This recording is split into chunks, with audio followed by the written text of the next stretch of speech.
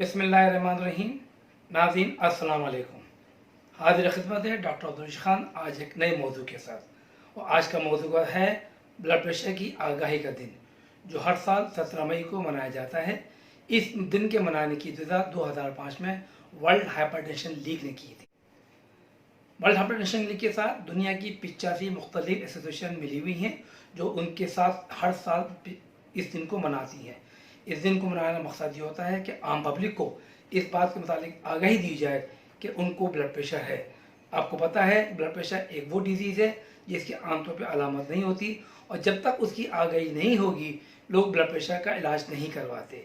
इसलिए इस आगाही को करने के लिए आम पब्लिक में ख़ास तौर पे ये दिन हर साल 17 मई को मनाया जाता है। आज के दिन की मुनासबत से आज हम ब्लड प्रेशर के मुतालिक की बात करेंगे, जिसमें हम कोशिश करेंगे बताने की कि ब्लड प्रेशर क्या होता है, इसकी वजूहत क्या है और इसका इलाज क्या है, इसकी कॉम्प्लिकेशंस क्या हैं। नाज़रीन, कुछ जिक्र ब्लड प्रेशर की कॉम्प्लिकेशन का भी हो जाए। अगर आपका ब्लड प्रेशर अनकंट्रोल है, याद रखिए तो उसमें क्या क्या चीज़ें हो सकती हैं। नंबर एक बात, हार्ट अटैक हो सकता है, फालिज हो सकता है, आँखें ज़ाया हो सकती हैं, गुर्दे फेल हो सकते हैं, टांगों की रगों का नुकसान हो सकता है। यानी कि आप ब्लड प्रेशर अगर कंट्रोल नहीं रखेंगे तो ये तमाम की तमाम चीज़ें ऐसी हैं जिससे आपकी ज़िंदगी की रोज़मर्रा पे बड़ा असर पड़ेगा। खुदा न खास्ता किसी को अगर हार्ट अटैक हो जाए तो वो काम के काबिल नहीं रह पाता, किसी को फालिज अगर हो जाए तो वो किसी काम का भी नहीं रहता, किसी के गुर्दे फेल खुदा न खास्ता हो जाए तो वो डायलिसिस पे चला जाता है, और किसी की टांगों में मसला अगर हो जाए तो टांगों में तंगने में तकलीफ रहती है। इसलिए बराए मेहरबानी अपने ब्लड प्रेशर को कंट्रोल में रखिए, जो नॉर्मल रेंज कही गई है उसे उसमें रखिए, ताकि इस कॉम्प्लिकेशन से आप बच सकें।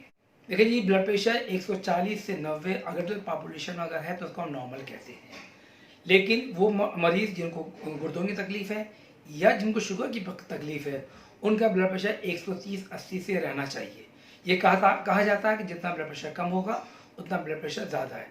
1-1 मिलीमीटर ज़्यादा, 1-1 मिलीमीटर कम जो है ब्लड प्रेशर की कॉम्प्लिकेशंस को और ब्लड प्रेशर के नुकसान को और ब्लड प्रेशर के फ़ायदों को पहुंचा सकता है।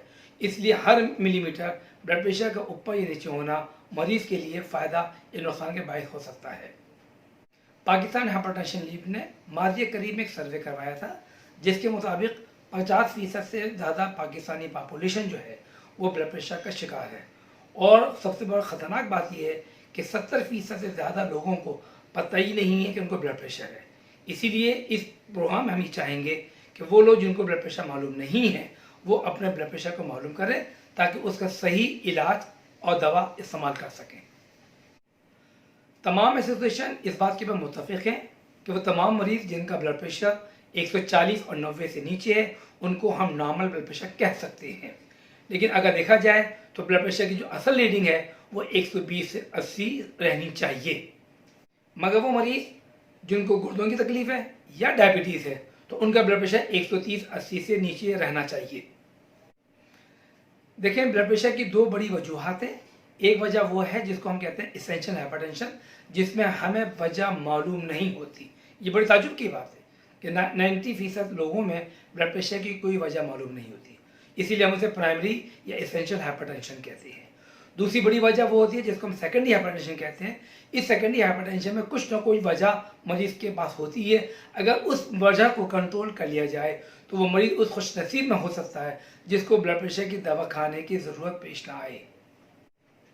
सेकेंडरी हाइपरटेंशन यानी वो जिसमें कोई ना कोई वजह होती है, उसमें से 90% मरीज़ों को कोई ना कोई गुर्दे की तकलीफ होती है। इसलिए हमारा तमाम जोर इस बात पर होता है कि हम गुर्दों की बीमारी का तशख़ीस करें और चेक करें कि कोई गुर्दों की बीमारी तो नहीं है। अगर कोई गुर्दों की बीमारी है, जैसे कि गुर्दे का छोटा होना, गुर्दे में पसली होना, गुर्दे का इन्फेक्शन होना, गुर्दे की खून की नाली का तंग होना, अगर ये वजूहत मौजूद हैं तो उनको अगर हम ट्रीट करें तो उससे ब्लड प्रेशर जो है वो कंट्रोल हो सकता है और मरीज़ को दवा खाने की ज़रूरत पेश नहीं आ सकती। ब्लड प्रेशर की तशख़ीस किस तरह से की जाए? इसकी तशख़ीस सिर्फ एक ही है कि इसको चेक करवाया जाए। तो इसलिए जब भी आप अपने डॉक्टर के पास जाएं किसी भी मर्ज़ के लिए, किसी भी मसले के लिए, तो डॉक्टर से कहें कि वो आपका ब्लड प्रेशर चेक करें। याद रहे कि जब आप डॉक्टर के पास जाए तो फ़ौरन जाके ब्लड प्रेशर चेक ना करवाइए, कम से कम 10-15 मिनट जाके बैठिए, अपना तमाम चीज़ों को कंट्रोल में कीजिए, अपनी एंजाइटी को, अपने टेंशन को कंट्रोल में कीजिए। आप जो इस वक्त हो सकता है कि जब आप पहुँचो उसी वक्त आपके दिल की रफ्तार तेज़ हो, जो ब्लड प्रेशर की ज़्यादती की मूजब हो सकती है, तो पहले आप जाके 5 से 10 मिनट बैठ जाइए। जब आप सुकून से बैठें उसके बाद ब्लड प्रेशर को प्रॉपरली चेक करवाइए। वो जो ब्लड प्रेशर आएगा वो आपका सही ब्लड प्रेशर होगा। एक दफ़ा जब आपको ब्लड प्रेशर का इल्म हो गया है तो अब आपका अगला कदम ये होता है कि आप अपनी इन्वेस्टिगेशंस करवाइए। देखिए, बहुत सारी लंबी चौड़ी इन्वेस्टिगेशन कराने की ज़रूरत नहीं है। जब हम कहते हैं कि सेकेंडरी हाइपरटेंशन का मेन कॉज जो है वो किडनी से होता है, तो उसका सबसे आसान सिंपल जो टेस्ट है वो यूरिन डीआर है। अगर आप यूरिन डीआर प्रॉपरली करवाते हैं और उसको प्रॉपर इन्वेस्टिगेट किया जाए तो बहुत सारी जो गुर्दों की बीमारी है उसकी तशख़ीस सिर्फ और सिर्फ यूरिन डीआर से हो सकती है। इसके अलावा जितने भी टेस्ट हैं वो उसके एक सपोर्टिव टेस्ट कहलाते हैं। वो सपोर्टिव टेस्ट जो हैं वो ब्लड प्रेशर की तशख़ीस करने में मदद देते हैं। यूरिन डीआर के अलावा डॉक्टर जो भी की ख्वाहिश ही होती है कि वो चेक करें कि क्या ब्लड प्रेशर की कोई कॉम्प्लिकेशन तो नहीं है या ब्लड प्रेशर की कोई अवजूहत तो नहीं है। इन चीज़ों को चेक करने के लिए मज़ीद आपके टेस्ट आपको बता सकता है। उस टेस्ट के अंदर दिल के अमराज को चेक करने के लिए ईसीजी, एक्सरे चेस्ट, आँखों को चेक करने के लिए आँखों के पर्दे का चेक और गुर्दों को देखने के गुर्दों का अल्ट्रासाउंड वगैरह करवा सकता है। इसके अलावा वो आपको ब्लड टेस्ट भी करवा सकता है जिसके अंदर ब्लड CPSR की बात हो सकती है, यूरिया क्रिएटिनिन की बात होती है, कोलेस्ट्रॉल की बात हो सकती है, शुगर की बात हो सकती है और भी कोई मजीद स्पेशल टेस्ट हो तो वो अपने हिसाब से करवाएगा। देखिए, इन टेस्टों से घबराना नहीं है आपने। इसका मतलब ये है कि ये सिर्फ इसलिए कराए जाते हैं ताकि इसकी 2 वजह में से एक वजह मालूम हो जाए।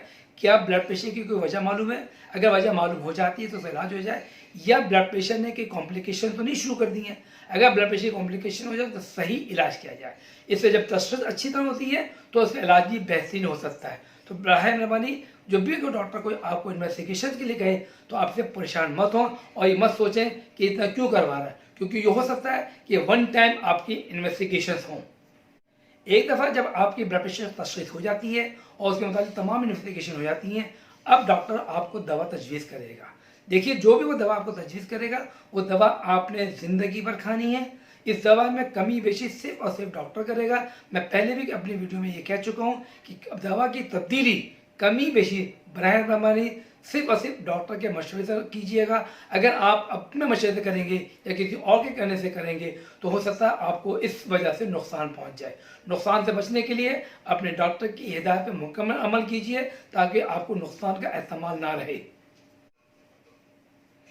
मैंने इस वीडियो में सिर्फ ब्लड प्रेशर के मुताबिक आउटलाइन आपको दी है। मुकम्मल तौर के ऊपर इसको बताना नामुमकिन है, इसलिए अगर आपके जहन में कोई भी सवाल है तो आप कमेंट्स में सवाल लिखिए ताकि उसको मैं आपको जवाब दे सकूं। अगर आपको मेरी वीडियो पसंद आई है तो इसे शेयर कीजिए, लाइक कीजिए और सब्सक्राइब कीजिए, बेल आइटम को पुश कीजिए ताकि मेरी अगला वीडियो की नोटिफिकेशन आपको मिल सके। अस्सलाम वालेकुम व रहमतुल्लाहि व बरकातहू।